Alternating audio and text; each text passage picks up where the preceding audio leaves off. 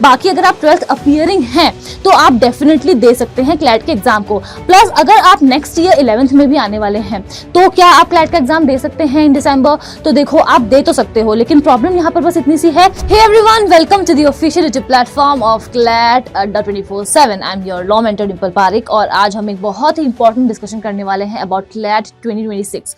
तो आप सभी लोगों के बहुत सारे सवाल होते हैं कि मैम अभी मैं क्लास 12th में हूँ तो क्या मैं क्लैट 2026 का एग्जाम दे सकता हूँ या दे सकती हूँ?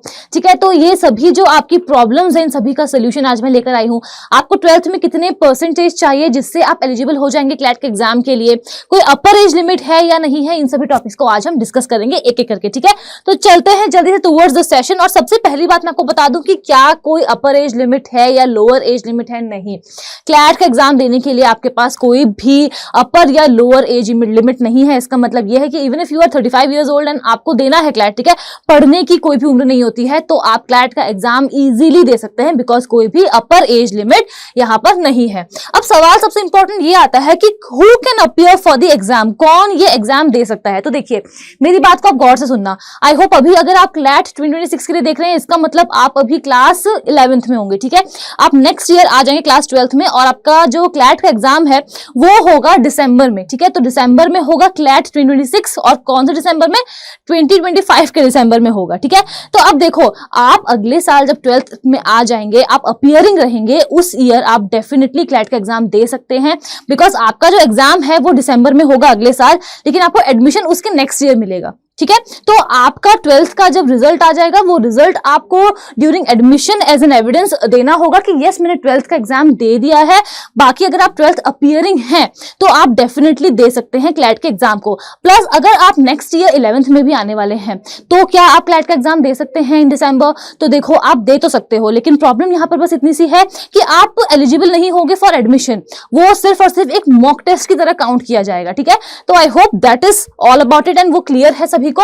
दूसरी बात ये कि एलिजिबिलिटी क्राइटेरिया क्या है अगर इक्वल मार्क्स आ जाते हैं आप लोगों के। तो देखो अगर आपने क्लैट का एग्जाम दिया और दो ऐसे कैंडिडेट्स हैं जिनके इक्वल मार्क्स आ गए तो वो टाई ब्रेकिंग सेक्शन कौन सा होगा? इट्स ऑब्वियस कि लॉ एंट्रेंस एग्जाम है तो लीगल रीजनिंग ही टाई ब्रेकिंग सेक्शन होने वाला है। यानी कि दो कैंडिडेट्स हैं, उनके इक्वल मार्क्स अगर क्लैट में आए हैं तो किसको पहले दिया जाएगा एडमिशन, किसको रैंक पहली मिलेगी, वो डिपेंड करेगा लीगल रीजनिंग में किसके ज्यादा मार्क्स है। अगर दोनों ही कैंडिडेट्स के लीगल रीजनिंग में भी सेम मार्क्स है तो फिर देखा जाएगा किसकी एज ज्यादा है, ज्यादा एज वाले को अपर हैंड दिया जाएगा। प्लस अगर दोनों की एज भी सेम है तो फिर लास्ट में एक लॉटरी सिस्टम होगा कंप्यूटराइज्ड जिसके थ्रू आपको वहां पर रैंक दी जाएगी। ठीक है, so I hope this is clear. And last but not the least, आप लोग सभी लोग पूछते हैं कि मिनिमम मार्क्स क्या होने चाहिए क्लास 12th में, क्या मुझे इग्नोर कर देना है? देखो मिनिमम मार्क्स की अगर हम बात करें तो for general category OBC, NRI, PIO and OCI आपको 12th में मिनिमम 45% मार्क्स चाहिए। For students belonging to SC, ST and पीडब्ल्यूडी कैटेगरी आप लोगों को चाहिए 40% मार्क्स। बट आप लोग ये पूछते हैं कि बस इतना ही तो चाहिए, 40-45 तो बिना पढ़े भी आ जाएगा। आपको ये नहीं करना है बिकॉज आप ये नहीं भूलेंगे कि क्लैट के बाद जब आप पढ़ाई कर लेंगे, अपनी 5 ईयर लॉ कर लेंगे, उसके बाद भी एक फ्यूचर है जहां आगे आपको नहीं पता है कि आप जज बनेंगे या आप लिटिगेशन में जाएंगे, आप एक टीचर बनेंगे, यू डोंट नो। ठीक है, आपको एकेडमिक्स में जाना है, आपको क्या करना है अभी आपको कुछ भी नहीं पता है, तो आपको एक अच्छा डिसेंट स्कोर मेंटेन करना होगा। क्लैट की तैयारी बहुत इंपॉर्टेंट है, लेकिन साथ में ही आपको क्या करना है, आपको अपने जो 12th पे है उस पर भी फोकस करना है। 12th के एग्जाम को आप लोगों को लाइटली बिल्कुल भी नहीं लेना है and that is the reason why मैं सभी लोगों को ये बोलती हूं कि अगर आप 11th में है, आपने सोच लिया है लॉ करना है, तो तभी से तैयारी शुरू कर दो। ठीक है, तो अभी अगर आप ये वीडियो देख रहे हैं, अगले साल आपको एग्जाम देना है, आप 11th में हैं, आप एनरोल कर सकते हैं लॉ महापैक में। ठीक है, अभी यहाँ पर अंडर 24/7 आपके लिए सेल लेकर आया है जहां आपको 2x वैलिडिटी मिलने वाली है और सिर्फ 20,000 में आपको ये पूरा महापैक मिल जाएगा जहां आपको जितने भी एंट्रेंस एग्जाम्स की तैयारी करनी है, लॉ एंट्रेंस आप सभी कर सकते हैं। जो भी बैचेस आएंगे, चाहे 4 आए, 5 आए, अगले साल में क्रैश कोर्स आएगा, जितने भी कोर्सेज होंगे सब कुछ आपको पूरा इसी में मिल जाएगा, इस लॉ महापैक में मिल जाएगा। ठीक है, तो और प्लस अगर आप अगले साल की तैयारी कर रहे हैं तो फाउंडेशन बैच स्टार्ट होने वाला है from the month of December this year. ठीक है, तो आप अभी से ही लग जाओ बिकॉज 11th में अगर आपके बेसिक्स क्लियर हो जाएंगे तो जब आप 12th में आएंगे तो बोर्ड्स पे भी फोकस कर पाएंगे, प्लस अगले साल आपको सिर्फ और सिर्फ प्रैक्टिस करनी रहेगी।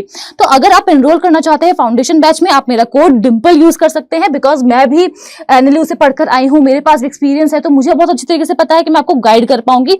तो अगर आपको मुझसे पर्सनल मेंटोरशिप और गाइडेंस चाहिए तो आप मेरा कूपन कोड डिंपल यूज कर सकते हैं अड्डा 24/7 के एप्लीकेशन पे जाकर या फिर वेबसाइट पे जाकर टू अवेल मैक्सिमम डिस्काउंट। ठीक है, and that is all about it. I hope आपके जो भी डाउट्स है वो क्लियर हो गए होंगे। आपके कोई भी अगर अदर डाउट्स हैं तो आप कमेंट करके जरूर पूछिएगा, मैं नेक्स्ट वीडियो उसी के ऊपर बनाऊंगी। Thank you so much for watching, और अगर आप चैनल पर पहली बार आए हैं तो सब्सक्राइब करना बिल्कुल भी नहीं भूलेंगे। Thank you so much.